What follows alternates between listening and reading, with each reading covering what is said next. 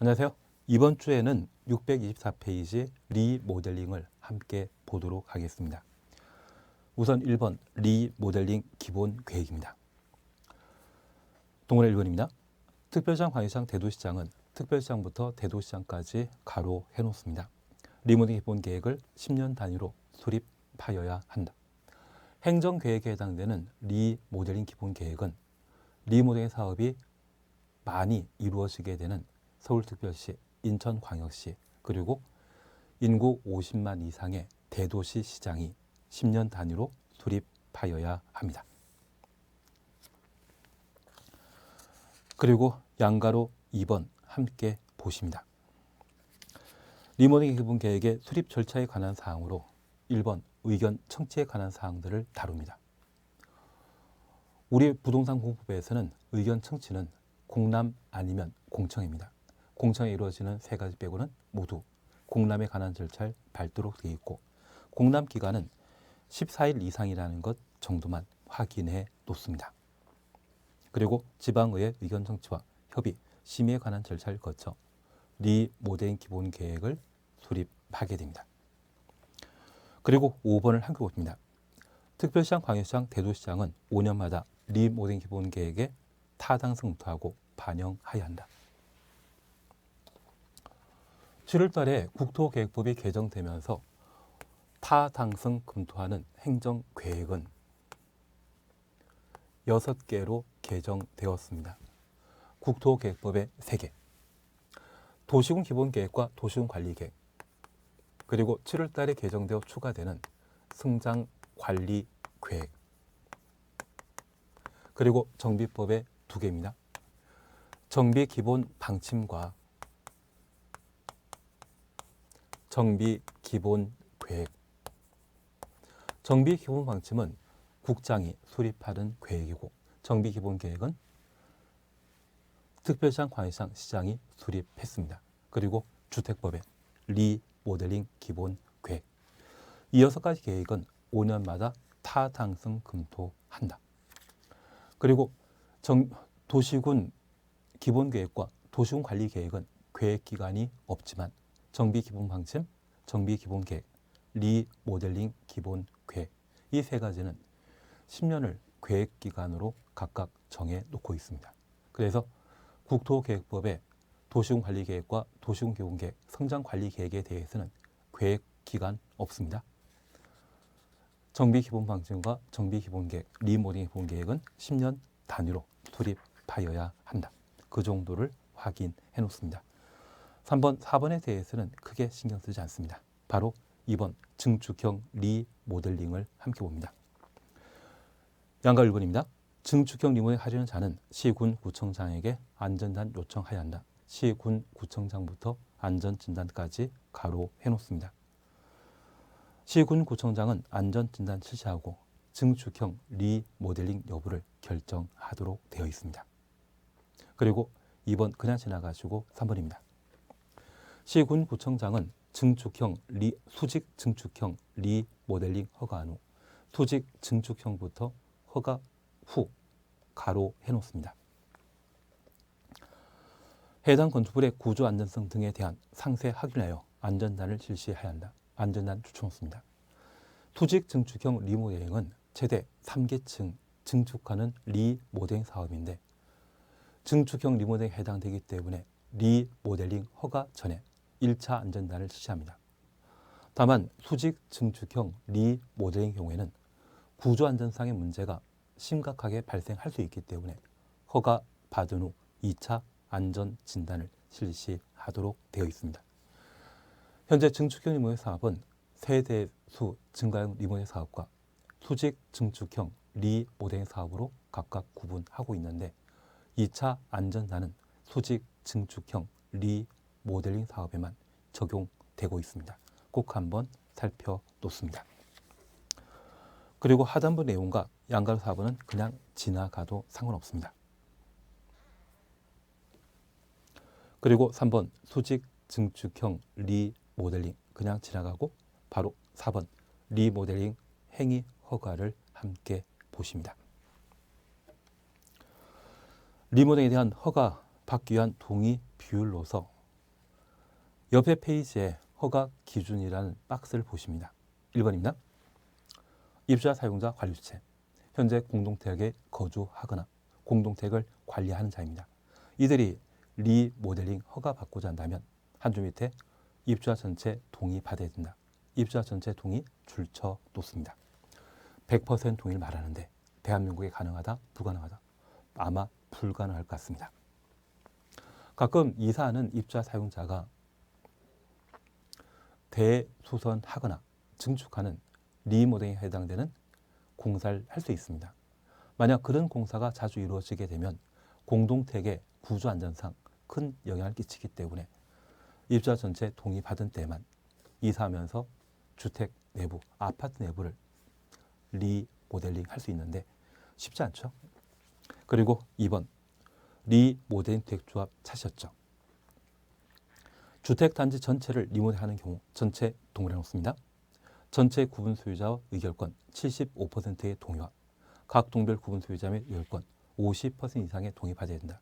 그래서 전체 구분 소유자 및 의결권 75% 전체부터 가로 열어놓으시고 동별 구분 소유자 및 의결권 각 50% 이상의 동의 50%까지 가로 해놓습니다. 그리고 두 줄 밑에 동을 리모델하는 경우 동을 해놓습니다.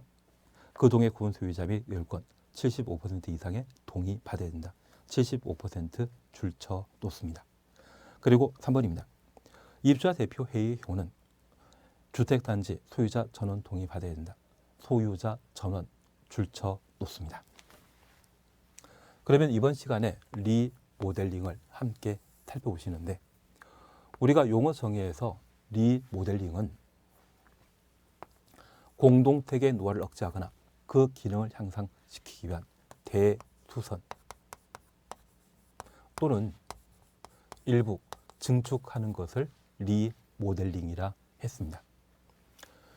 대수선형 리모델링은 하자담보책임기간이 경과된 사용공사 후 10년 지난 때 대수선형 리모델링 할 수 있고 증축형 리모델링 하고자 한다면 사용금살 등으로부터 15년 경과돼야 되고 시군 구청장이 실시하는 안전진단을 통과한 때 증축형 리모델링을 할 수 있습니다. 안전진단 결과 안전등급이 D등급이나 E등급 나오게 되면 재건축 대상이 되는 것이고요. A, B, C등급 나왔을 때 증축형 리모델링을 할 수 있습니다. 현재 증축형 리모델링은 세대수 증가형 리모델링과 투직 증축형 리모델링으로 각각 구분하고 있는데 세대수 증가형 리모델링 사업의 경우는 과밀화를 방지하기 위해 기존 세대수의 15%까지만 세대수 늘릴 수 있고 투직 증축형 리모델링 사업의 경우는 안전상의 문제를 고려하여 최대 3계층만 수직 증축할 수 있는데 14층 이하의 경우는 2계층을 수직 증축할 수 있습니다. 그러면 이런 이번의 사업을 시행하고자 하면 리모델링하고자 하는 시행자가 시군 구청장에게 리모델링 허가 받아야 됩니다. 특별히 세대수 증가형 리모델링 사업으로서 순수하게 늘어난 세대수가 30세대 이상인 경우에는 사업계획 승인권자에게 사업계획 승인 받아야 됩니다. 이러한 허가나 사업계획 승인 받은 자는 착공 신고하고 공사 개시하며 그 공사가 완료되게 되면 시군 구청장에게 사용금사 받아 리모델링한 공동택을 사용할 수 있습니다. 그 중에 우리가 잠깐 파악해 주실 것으로서 저 시행자가 리모델링에 대한 허가를 신청하고자 한다면 각각의 시행자마다 충족해야 되는 허가 요건이 존재합니다.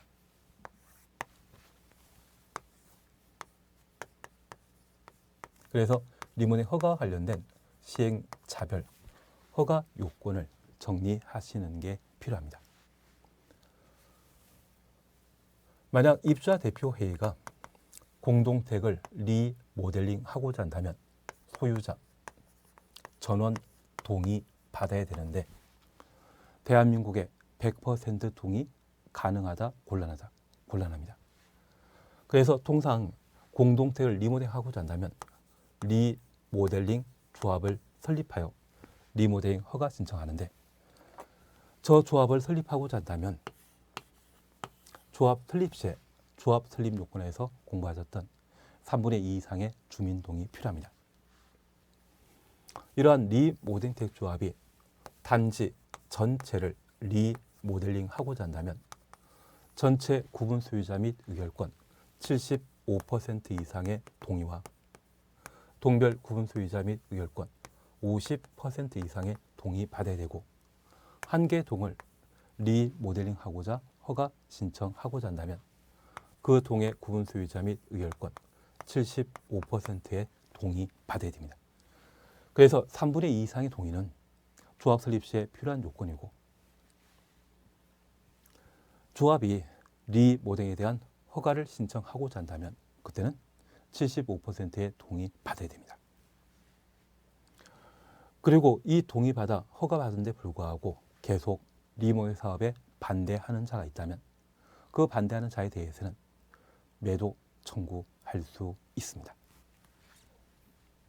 그래서 절차와 관계된 사항으로 이러한 내용들을 각각 정리하시는 게 시험에 출제될 수 있는 가장 중요한 문제가 아닌가 싶습니다. 그리고 동의 처리에 대해서는 당연한 이야기로 이해해 놓습니다. 다만 허가 신청서를 제출하기 전에는 처리할 수 있는데 허가 받은 이후는 동의 처리할 수 없습니다. 그래서 허가 신청서 제출한 후에는 동의 처리할 수 없다. 신청서 행정청에 제출한 이후 철회를 하게 되면 리모델링 사업은 언제 하겠습니까? 사업 지연될 수 있겠죠.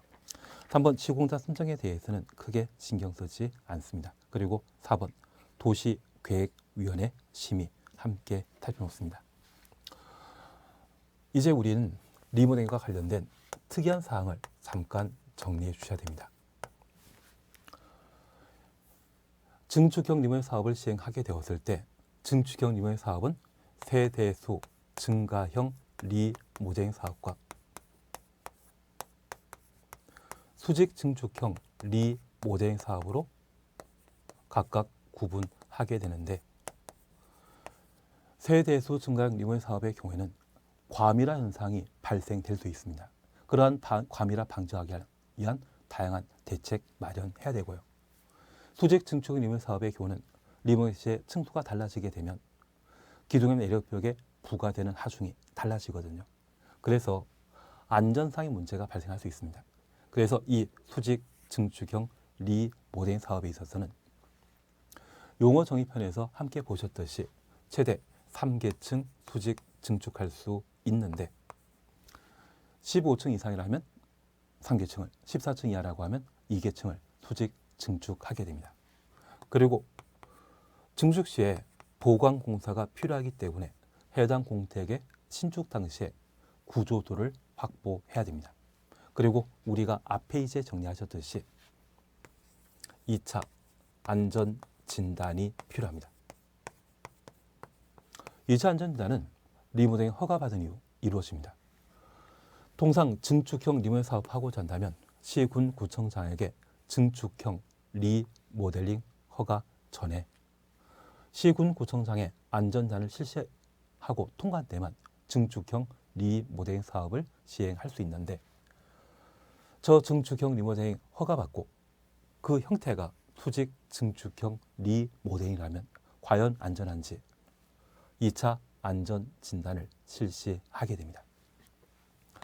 반면 세대수 증가형 리모델링 사업과 관련되어서는 과밀화 방지하기 위해 기존 세대수의 15%만 세대수를 늘릴 수 있습니다.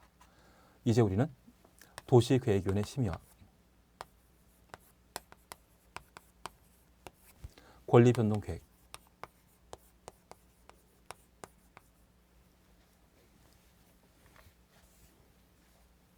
이 내용을 함께 살펴봅니다.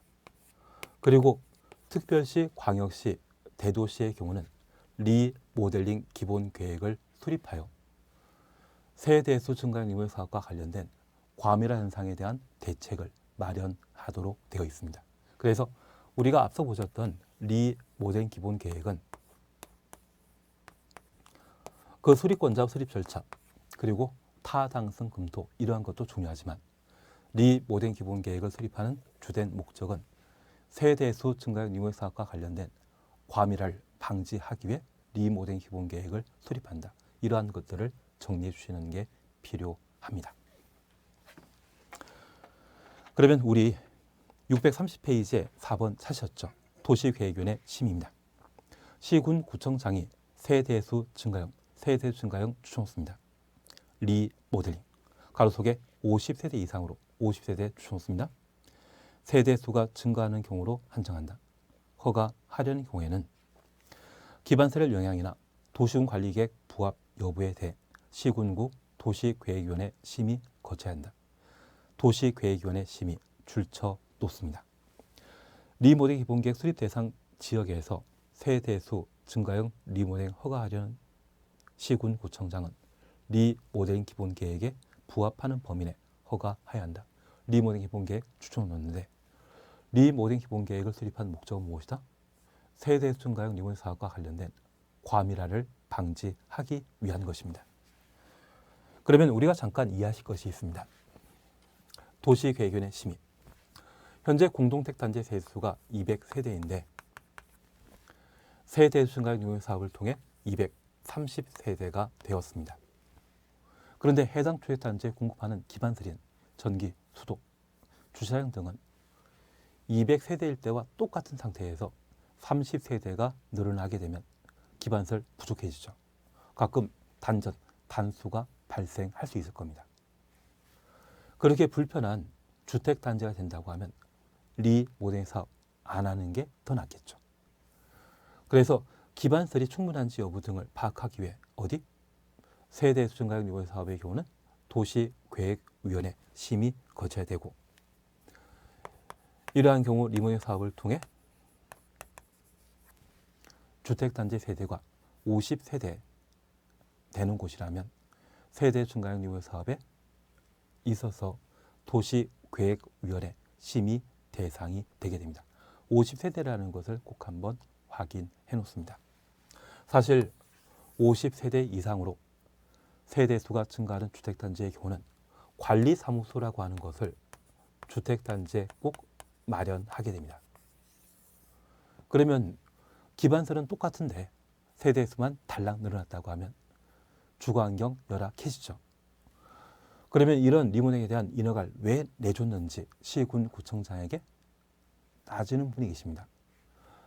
회사 출근하셨다고 하면 관리사무소에 직원을 내세워 1인 시위 대신 지킬 수 있거든요.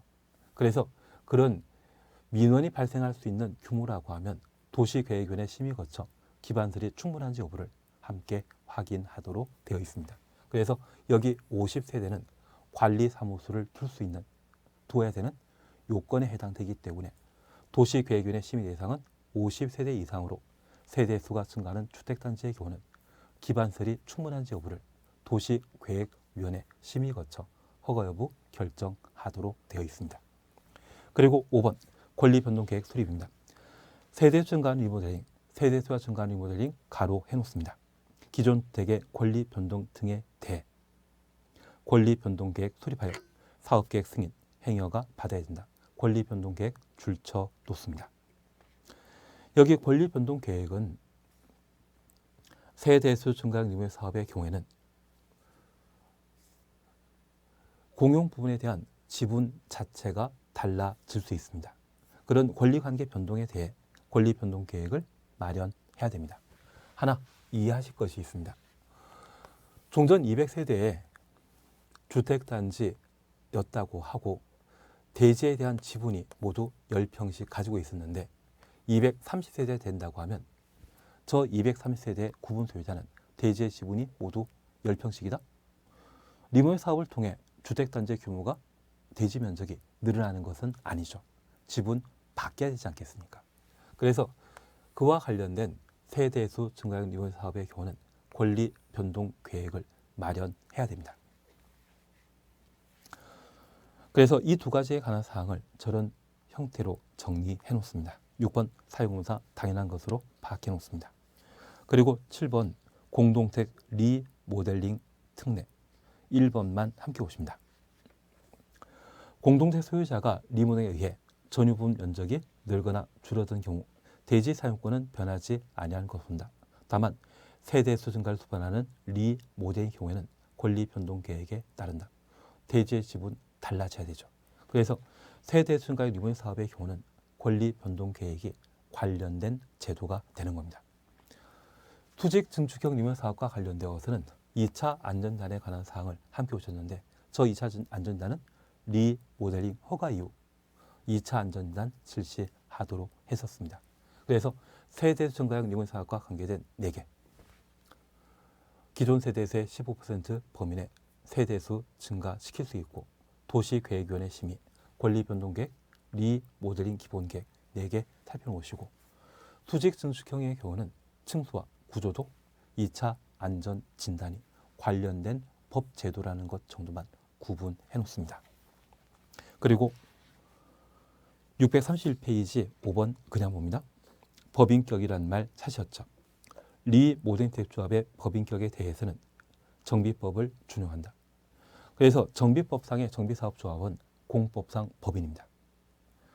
개정 전에는 지역, 직장, 리모델링 조합 모두 법인격 없는 비법인으로 판단했었는데 이번에 법이 개정되면서 지역, 직장 조합은 계속 비법인, 권리 능력 없는 법인이지만 리모델링 조합은 정비법을 적용하여 공법상 법인으로 인정하고 있습니다. 그런 차이점만 구분해 놓습니다. 그리고 633페이지에는 토지임대부 분양주택에 관한 사항을 보칙에서 다루고 있습니다. 이번에 국토교통부 장관 또 바뀌시죠. 이번 정권은 노무현 대통령 2기입니다.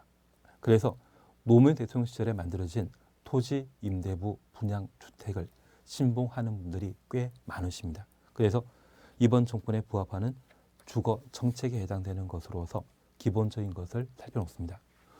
우선 제목 그대로 토지 소유자와 주택 소유자가 서로 다른 겁니다.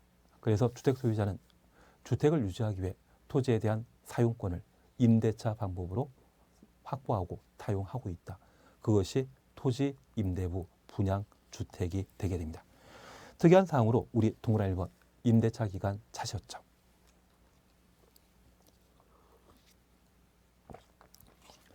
토지임대 분양주택의 토지에 대한 임대차 기간은 40년 이내로 한다. 40년 동그라미 놓습니다. 이 경우 토지임대 분양주택 소유자 75% 이상의 계약 갱신을 청구한 경우 75%부터 청구까지 가로 해놓습니다. 40년 범위 내 이를 갱신할 수 있다. 그리고 토지임대 분양주택을 공급받은 자는 토지 소유자 임대차 계약 체결한 경우 임대차 계약 줄쳐놓습니다. 한 줄 밑에 임대차 기간 동안 지상권이 설정된 것으로 본다. 지상권 동그라미 해놓습니다. 첫 번째 우리 이해하실 것이 있습니다. 노무현 대통령 시절 이전에는 공동택에 대한 재건축 시한이 준공 후 20년 지나면 재건축 사업할 수 있는데 노무현 대통령 시절에도 지금처럼 주택 가격이 폭등했던 적이 있습니다. 그래서 그 당시 재건축 연한을 20년에서 40년으로 개정하여 재건축 대상을 대폭 줄여버렸습니다. 이때부터 공급이 부족해지기 시작했거든요. 그래서 토지임대 분양주택의 경우에도 그 당시 재건축 연한이 40년이기 때문에 한번 임대차 계약 체결하게 되면 주택 소유자가 가지는 토지 사용권을 40년으로 인정했습니다. 그리고 이 기간이 만료되어 계약을 갱신하게 되면 민법과 달리 주택 소유자 75% 이상이 동의하면 토지 소유자 의사와 관계없이 계약을 갱신할 수 있습니다. 그리고 이 임대차 기간은 채권에 해당되는데 그 권리를 보호하기 위해 임대차 계약 체결하게 되면 그 법적 성격을 지상권 설정된 것으로 의제하고 있습니다. 그러면 토지임대부 분양주택의 소유자가 지상권을 가지게 된다고 하면 지상권의 효력은 등기한때 발생하죠. 등기 비용을 부담해야 되지 않겠습니까? 그런 비용 부담을 들어주기 위해 임대차 계약 체결하게 되면 법으로 그 임대차 계약은 그냥 채권이 아니라 지상권으로 의제하여 법적 보호를 좀 더 강화시키는 것이 특징입니다. 2번 임대차 계약에 대해서는 그냥 건너뛰시고 3번 임대료입니다. 토지 임대 분양주택의 월별 토지 임대료는 다음 구분에 따라 산정한다. 월별 토지 임대료 추천없습니다. 그러면 임대료는 월별로 낸다는 이야기죠. 매달 납부하는 것이 원칙입니다. 동그라미 4번 찾으셨죠? 토지 임대료는 월별 임대료를 원칙으로 하되 월별 임대료 추천없습니다.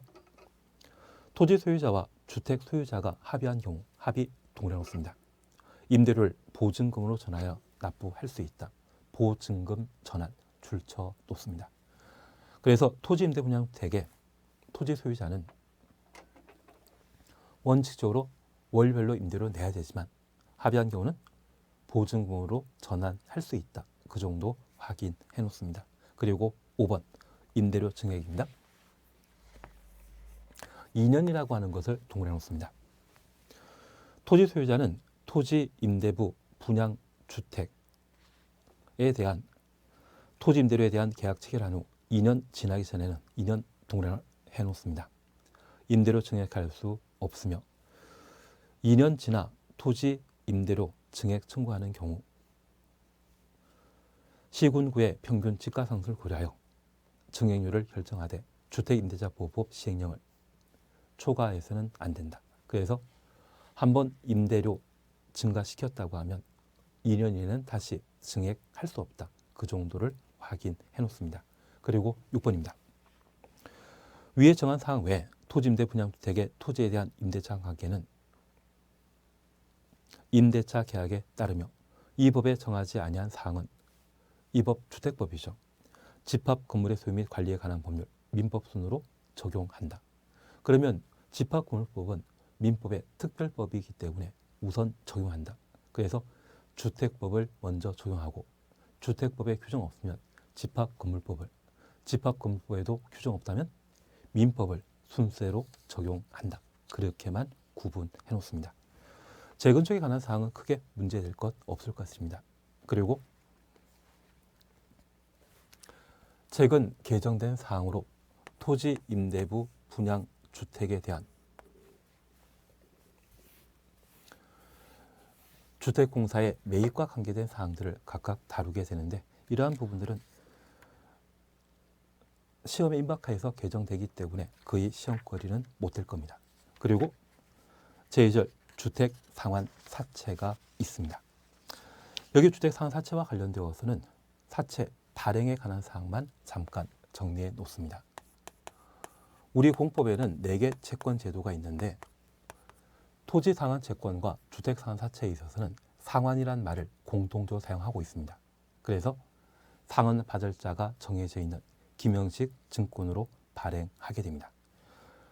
그래서 토지 상환 채권이건 주택 상환 사채이건 모두 김영증권에 해당된다. 그 정도를 파악해 주시면서 1번 발행권자 찾았습니다. 주택공사 등록사업자는 사채 발행할 수 있습니다. 그리고 동그라미 1번입니다. 사채 발행한 자는 국토교통부 장관의 승인받아야 된다. 국장 승인 가로 해놓습니다. 그리고 한 장 넘기십니다. 4번 발행 방법. 주택상환사채는 김영증권을 한다. 김영증권. 그래서 채권에 내 이름 석자를 기재했을 때 발행자 제3자에게 대항할 수 있죠. 그래서 김영증권이라는 것만 줄쳐 놓습니다. 그리고 옆에 페이지 양도 상환 보시는데 1번, 2번은 그냥 지나가시고 3번 상환 찾았습니다. 주택상환사채 발행한 자는 발행 조건에 따라 주택을 건설하여 사채권자에게 상환해야 한다. 그래서 주택상환사채 발행 방식은 김영증권이고 상환하는 방식은 현물 상환을 원칙으로 하죠. 그래서 주택상환사채는 채권자에게 주택을 주는 것이 주택상환사채가 되게 됩니다. 4번 상환기간입니다. 주택상환사채 상환기간은 3년 초과할 수 없다. 3년 동일해 놓습니다. 이 경우 상환기간은 사채 발행일부터 공급계약 체결까지에 기간한다. 사채 발행일부터 공급계약 체결 가로해 놓습니다. 그러면 이 주택상환사채는 3년 안에 상환해야 되는데 그 3년이라고 하는 것은 발행한 날부터 사채 발행자와 채권자 사이에 주택 공급 계약 체결하는 것을 말합니다. 이 주택 공급 계약 체결부터 입주자 지위이죠. 그리고 소유권 이전 등기한 이후에는 주택이 되게 됩니다. 공급 계약 체결 전에 주택상환사채는 입주자 지위 전 단계이기 때문에 양도한다 못한다 그렇게만 구분해 놓습니다. 법 적용 관계에 대해서는 크게 문제 없습니다. 그리고 638페이지에는 특별회계 있는데 시험에 거의 안 나오더라고요. 그리고 제4절 입주자 저축제도는 우리 통장 하나씩 가지고 있으시죠. 그게 여기에 해당된다. 그 정도면 충분합니다. 협회 그리고 청문 이러한 것들은 크게 문제되는 건 아닌 것 같습니다. 이번 시간 여기까지 하시고 잠깐 쉬었다가 농지법을 함께 살펴나가도록 하겠습니다.